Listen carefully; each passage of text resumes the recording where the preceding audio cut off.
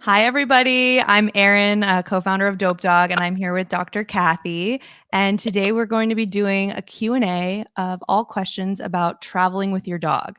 I know with summer here, a lot of our community members are planning trips and they want to take their fur babies along, of course. So we've collected your questions and we're going to dig into a couple of tips and topics about traveling with your dog. But before we get started, I'd love to hear a little bit about your background, Dr. Kathy. I know you're a vet with Hello Ralphie, and we're so happy to have you here and pick your brain on everything. So if you could just give us a brief background of like how you got started with animals and what you're up to. Well, it's kind of a long history. I've been in the field for about 30 years. I started when I was 17 and then I was a tech for an in-house trained tech. I never went to tech school, but I did a lot for 10 years and then I went to vet school. So I'm about 34 years in now, 35, something like that. It makes me feel very old, but been doing this a long time. And I've had I would say about half and half small animal and the other half horse experience. I do horses at the racetrack as a basically a state vet, so I'm in charge of whether the horses get to race. But I've also been in small animal practice for the last 20 years, and have done a lot of behavior work and I get these kind of questions all the time. Currently helping out with Hello Ralphie. I work with a Operation Pets here in Buffalo, which is a spay neuter clinic for feral cats and some dogs and that kind of stuff. So. And then I also do some home euthanasias and that kind of thing. So lots of variations in what I've done in the past. Emergency work, you name it, I've done it. So Awesome. Well, I love it. I know you have a background with all kinds of animals, specialty in dogs, and working with Hello Ralphie. So we're so excited. Thank you for being here. And yeah, we've got lots of questions we've collected on tips for traveling with your dog. And so I'd love to get started with our first question. Okay. Why do dogs get stressed when traveling? It seems to be really common in a lot of dogs, and is it tied to something? Is there something that happens on every trip that is causing the anxiety? Well, What are your thoughts on that? Well, I think you have to look at the individuals because every dog's a little different, every breed's a little different, and even within the breeds, you're going to get variations, just like you will in personalities, and different things will trigger anxiety in dogs that will, and just like in people, different things, one thing that triggers anxiety in one person won't necessarily trigger it in another. Same with dogs. And so some of the anxiety is good anxiety because they're excited about going in the car. They get to go with mom, over car ride, so some of it's a really cool experience and there's excitement and anxiety, which is a good anxiety, but it still sometimes gets them wound up and then you get the panting and the whole thing, so. And then there's those that have true anxiety, whether we don't, it's kind of like asking your dog if they have a headache. We don't know exactly what they're thinking, but I can tell you some of it would be physical manifestations. So if they get car sick, that can definitely do it. And dogs aren't dummies. They know when you turn that corner to go to the vets or to the groomer or wherever they don't like going, they know where they're going. Or if you turn the corner to go to the dog park, they know the difference, right? So true. Yeah. So, they're not stupid. And, so that can create its own level of anticipatory, type of anxiety, whether good or bad. So, some dogs, I almost feel like they get claustrophobic, and they don't like the closed in spaces. So a dog that doesn't like a crate may not like the car, but that's not always true. Sometimes it doesn't matter whether they like the crate or not. So, it can vary. It can depend on stability. Some of them don't like the fact that they, might get tousled around. So I think there's just a lot of different things. And it's one of those that kind of watching what your dog does in the car will help you get some signals as to what is causing the type of anxiety that dog's experiencing. If they're nauseated, they're going to be, often they're drooling, they're panting, and restless. So that's one thing and then some of them will outright obviously vomit, and get very sick. So. Got it. So there's so many types of travel stressors, which you just went over. And that kind of leads me to this, which is like a second part to this question. Do all dogs actually have some sort of anxiety while traveling? Or are there some dogs that won't experiencing any of that? Or do you think it's bound to be something along the lines of Well, what you I just think, explained? it depends on focuses of the dog. So my Australian Shepherd is, I'm not going to lie, he's a wingnut. You know, I love him, but he's a wingnut. And so, but he gets in the car and he just like, he may get a little bit, he'll look around for a little bit. He is so good in the car where you get him in the house or with a ball and you can't get him to stop. So, you know, but if he sees something or if somebody comes by the car, you know, say it's a day that you can leave him in the car, if I'm even near the car, he might, you know, bark at them, that kind of thing, just to guard it. So some of those little triggers can sometimes put up a little wall of anxiety, but for him, he's just, you know, Mr. Chill. He just hangs out. Where when I had my golden retriever, he was a tripod and he was missing his front leg and he was a lean 90 pounds. So you put him in the car and you had to lift him in and then you have to lift him out. And, you know, he was okay once he got in there, but he was definitely had this, oh my gosh, you know, I might die kind of feeling, you know, the look on his face, like poor pitiful me. Aww. But you know, he would lay there, but you could tell he wasn't necessarily relaxed. Where Crush, the Aussie, he'll just lay there and he might sleep or look around. So I think it varies. Then you have, you know, some dogs get in the car and they're just excited because they get to look out the window, you know, so it's a little bit difficult to know if they, let's put it this way, not all of them experience anxiety the whole time, but I think there can be little things that can trigger little moments that could be interpreted as anxiety, but they may not necessarily be bad anxiety. It may just be excitement or curiosity, that kind of stuff. And sometimes it can be difficult to interpret the difference for some people. And you just really have to watch them and see what they're doing. Yeah, we just got a question from Michael. What are some common signs of anxiety, particularly in the car? We covered, obviously, if they're throwing up, panting. Is there any other, you know, big ones that we can look out for? Drooling. If they're, you want to be really careful about, not everybody talks about not leaving pets in the car, but you always have to be careful of the fact that they don't lose heat the same way we do, and their only way to dissipate heat is to sweat through their paw pads or to pant. And so if you're seeing them pant very, very heavily with their tongue lolling out, drooling, those kind of things, maybe they're not comfortable, they're hot, or, you know, so you might have to crank up the AC a little bit or open some windows. So those are some things. Drooling, nose dripping, yawning, those are all signs of anxiety. That look of the deer in the headlights look, you know, like, oh my gosh, something's, you know, going to get me.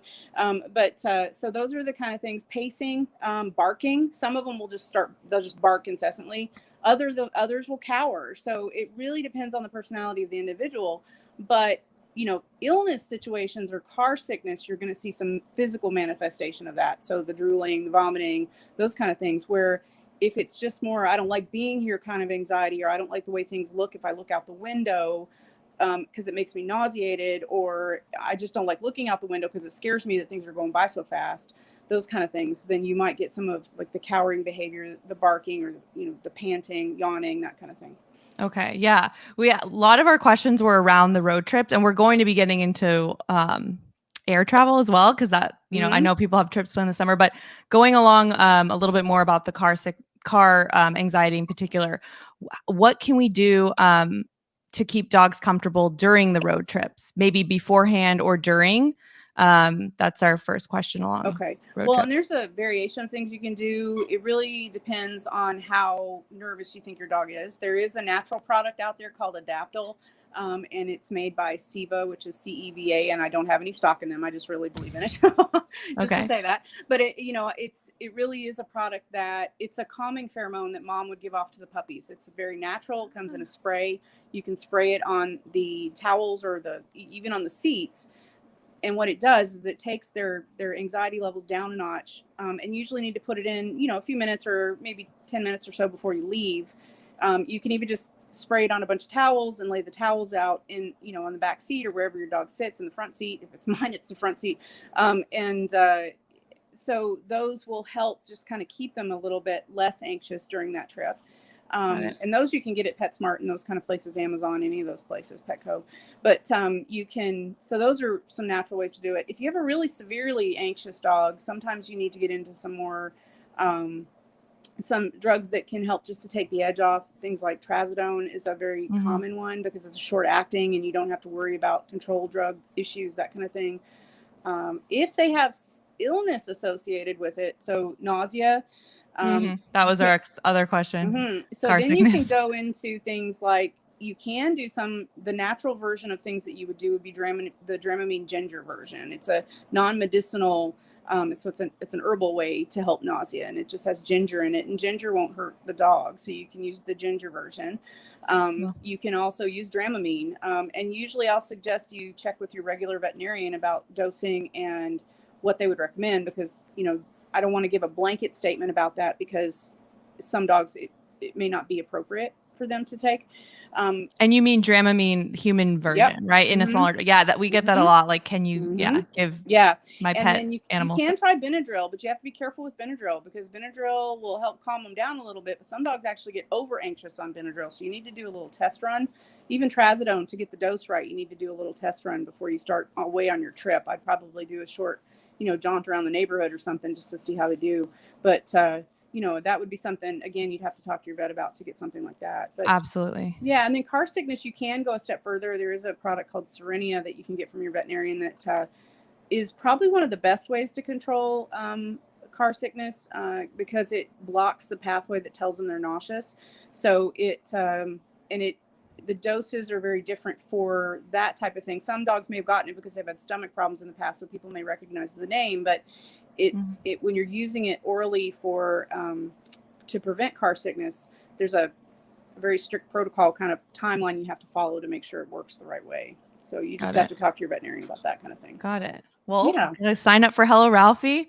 Yes. Ask Dr. Kathy what you need. I mean, you can always get some Dope Dog on the side to kind of chill out as well, Yeah, which is exactly. which is Well, over the counter. that's what I was going to say. The other thing is some dogs do well with things like CBD, so CBD is it's variable with dogs, and just similar to trazodone, it's hard to know which dog's going to get the best response from it. So again, you might need to do a tester with it at home to see what happens, and do a little test run in the car. What happens when you use it that way? And you might need to use it a couple days in advance and then use it the day of, and during your trip, that kind of thing too, just so, because sometimes just one dose isn't going to do it. You need to kind of get a little bit of a bloodstream level going.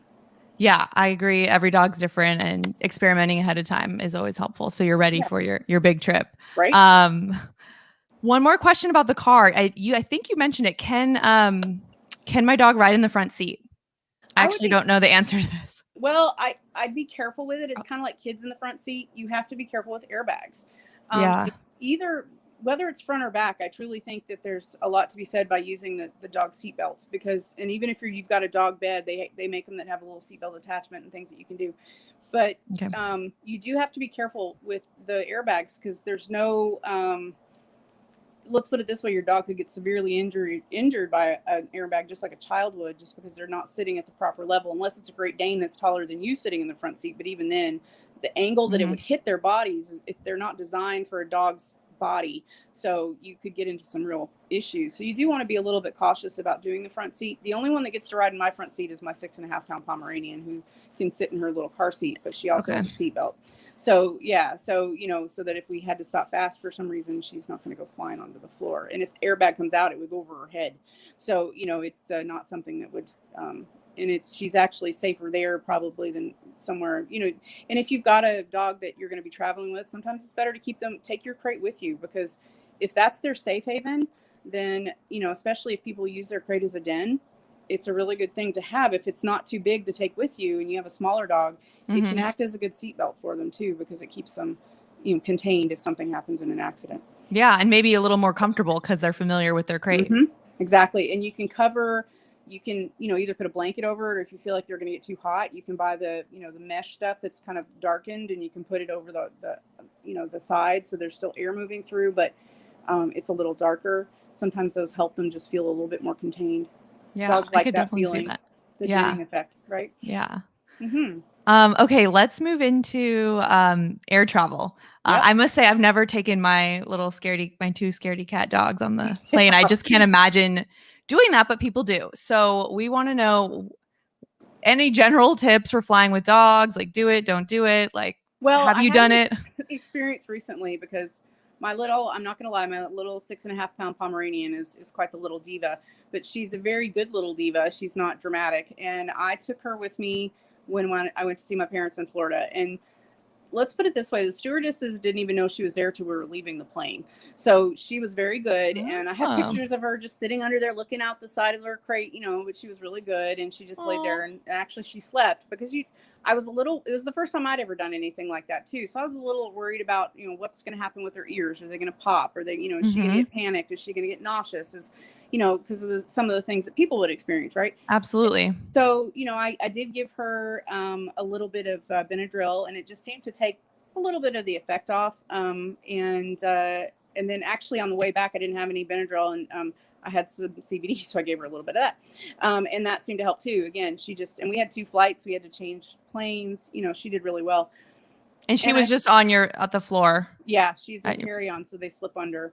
And I had to pay extra to take her. So, and I was surprised my boyfriend agreed to it, but it's okay. So he knows you're serious about your dog. Yeah, that's good, exactly. Right? And he knows. But I don't know that I would ever, unless I actually had to, I don't know that I'd put my Aussie on a plane. I think that you've got circumstances where it has to happen, where people are moving to other countries or different parts of the country, that kind of thing. Just, I would ask a lot of questions. They're supposed to be pressurized areas that they're in, but I'd want to know details about that. If my dog was going to be there, are there crates secured down? Like, how do they do that? Like, what do they do?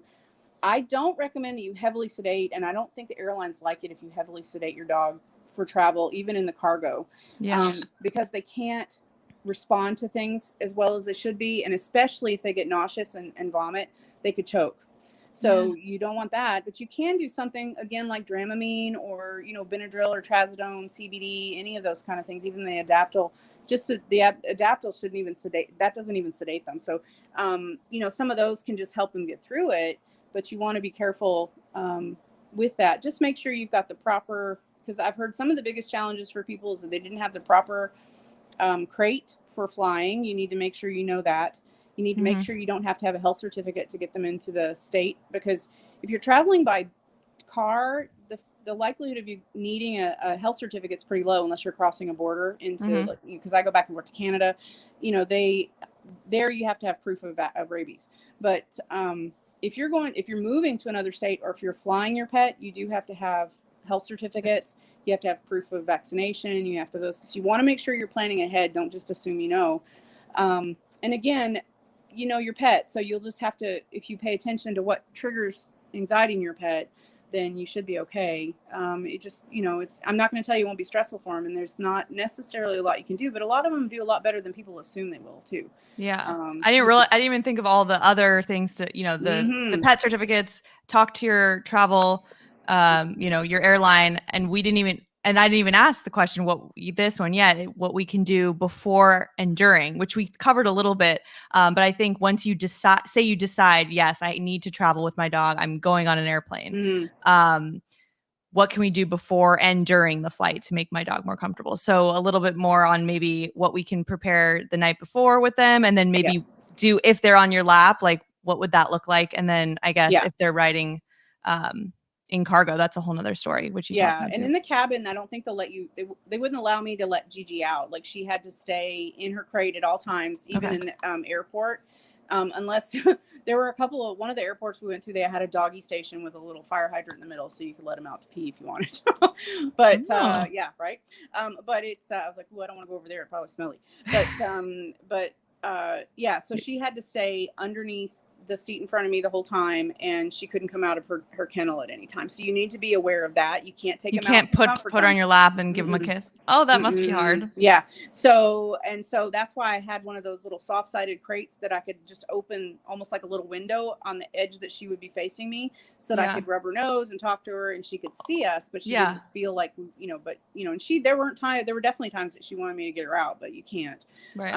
And then, but she did really well with everything otherwise. There were people in the airports that actually had their dogs on leashes, like in the terminals, but I know once you get on the plane, it's a different story. Great. Yeah. You have a service animal. You also have to, make sure all your paperwork's in place, because they're going to, they may or may not look at it, but they were pretty diligent about it with us. And you have to, you do have to pay extra for it. And if you're going to a different country, that's a whole different ballgame. You need to be planning 6 months ahead of time because of all the stuff that requires to go to different countries. Yeah. Gosh. Yeah. I might just stick to the road trips. That's Right? hard enough. It gets really complicated when you want to fly with your pet. It really does.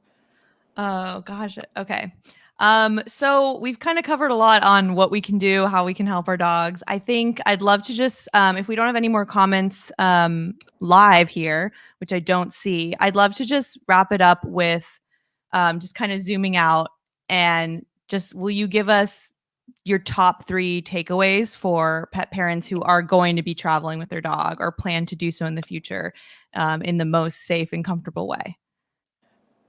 Watch what your dog does in the car because it will help you anticipate what you need to do to help them. Whatever you decide to do to try to help them, do some test runs ahead of time. Don't assume it's going to work on the day you are going to go 8 hours in the car or even 3 hours in the car. And I think the other thing is just creating a comfortable environment and a safe environment so that if something does happen, God forbid anybody gets in an accident, that you can keep them safe as well as yourselves.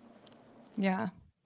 Well, thank you so much, Dr. Kathy. Mm, You've given me a little bit more confidence good. to take a trip with our 2 dogs, James and Zoe. Yeah, We'll be, definitely checking in with our vet before, grabbing maybe some CBD just in case. And this was a lot of help, and I really appreciate you being here and answering all our absolutely. questions.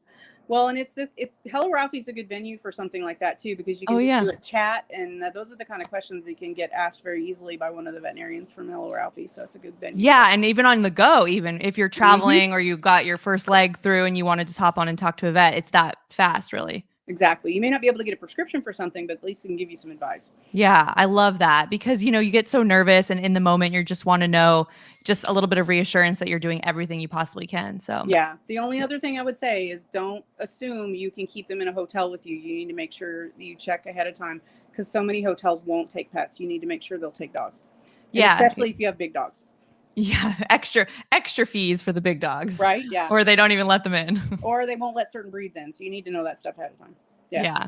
Yeah. Awesome. Well, this Cool. was great. Great. Thank you so much, Dr. Kathy. I hope we can talk to you again soon for our Absolutely. next Q&A. And thanks everyone for tuning in. All right. Thank you. Take care. Thank you. Bye. Bye.